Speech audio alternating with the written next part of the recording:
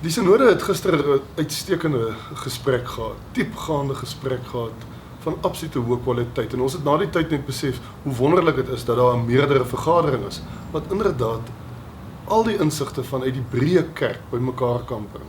En dit het die gesprek laat verdiep, dit het die baie bygedra tot die kwaliteit van die gesprek.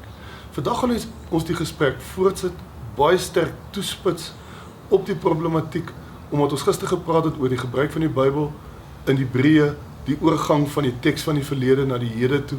Vandag gaan ons dit toespits en dan gaan ons begin om besluite te neem. Daar's goeie voorstelle op die tafel wat vir ons 'n breë hoeveelheid opsies gee. Ons gebruik tans as vertrekpunt die gravamen wat ons ontvang het uit die synode van Noord-Kaapland.